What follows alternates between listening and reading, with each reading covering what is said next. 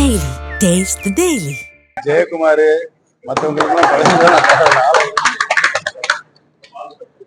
இதுல சொல்லுவார்ல ஒரு படத்துல சிரிப்பு போலீஸ்ன்னு சொல்லி இவர்களெல்லாம் சிரிப்பு அரசியல்வாதி.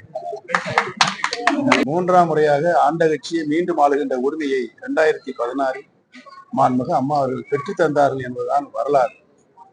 234 தொகுதிகளிலும் இரட்டை இலை சின்னத்தை போட்டியிடச் செய்து அதில் வெற்றி கண்டவர் இதேதும் டாக்டர் புரட்சி தலைவி அம்மா அவர்கள்.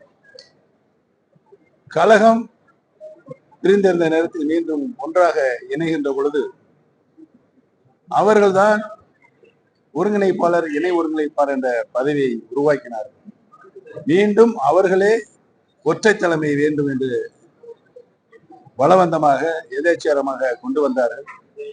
அவர்கள் சொல்லிய காரணம், ஒற்றை தலைமை இருந்தால் வருகின்ற அனைத்து தேர்தலும் அனைத்து இந்திய அன்னார முன்னேற்ற கழகத்தை திரு பழனிசாமி அவர்கள் வெற்றியடை செய்வார்கள் என்றுதான் அவர்கள் சொன்னார்கள். ஆனால் தலைமையேற்ற ஒற்றை தலைமை, அவர் தலைமையேற்றதுக்கு பின்னால் நடைபெற்ற அனைத்து நாடாளுமன்ற, சட்டமன்ற, ஊரக, உள்ளாட்சி தேர்தல், நகராட்சி தேர்தல், மாநகராட்சி தேர்தல் அத்தனையுமே தோல்வியை கண்டிருக்கிறது. ஆக தொண்டர்களால் உருவாக்கப்பட்ட இந்த இயக்கம், தொண்டர்கள் இப்பொழுது மிகப்பெரிய மனவருத்தத்தில் இருக்கிறார்கள். இணைந்து செயல்பட்டால் உண்டு வாழ்வு என்ற நிலையில் அவர்கள் இருக்கிறார்கள் என்று தெரிவித்துக் கொள்கிறேன்.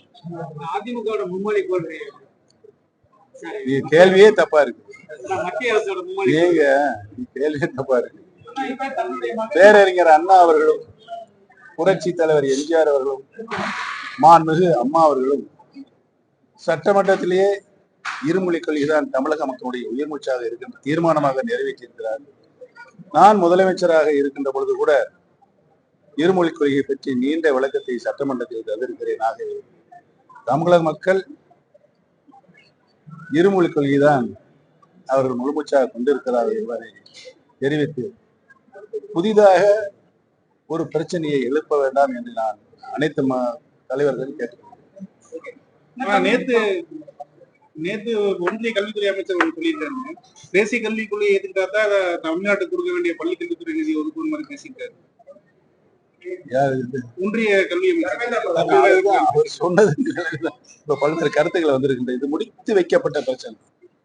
1965 மிகப்பெரிய ஒரு மொழி போராட்டம் நடைபெற்ற பொழுது அதற்கு தீர்வு காண்பதற்குத்தான் அப்பொழுது மத்தியில் ஆண்டு கொண்டிருந்த அரசு உறுதிமொழி தந்தார்கள்.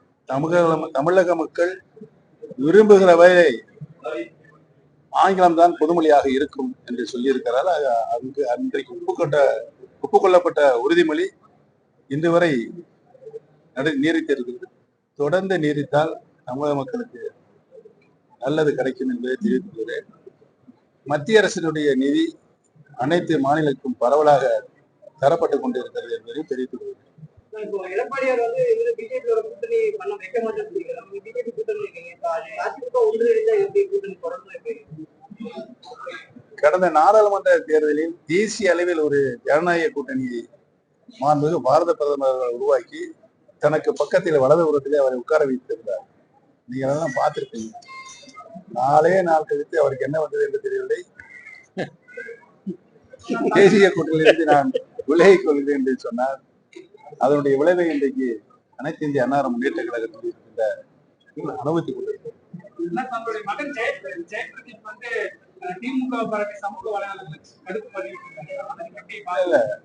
பேரறிஞர் அண்ணாவே காங்கிரஸை பாராட்டி இருக்கிறார். புரட்சி தலைவர் எம்ஜிஆர் அவர்களும் காங்கிரஸை பாராட்டி எதிர்கட்சியா இருக்கிறார். அம்மா அவர்களும் சில நேரங்கள் சிதம்பரத்தை கூட பாராட்டி இருப்பார்கள். ஆக நல்ல கருத்துக்களை சொல்லுவதை பாராட்டுவதை தப்பு இல்லை.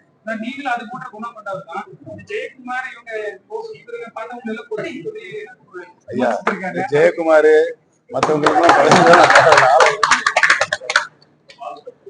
இதுல சொல்லுவார்ல ஒரு படத்துல சிரிப்பு போலீஸ்ன்னு சொல்லி இவர்களெல்லாம் சிரிப்பு அரசியல்வாதி. பாதகம் செய்பவரை கண்டால் நாம் பயம் கொள்ளலாகாது பாப்பா. மோதி மிதித்து விடு பாப்பா, அவர் முகத்தில் உமிழ்ந்து விடு பாப்பா.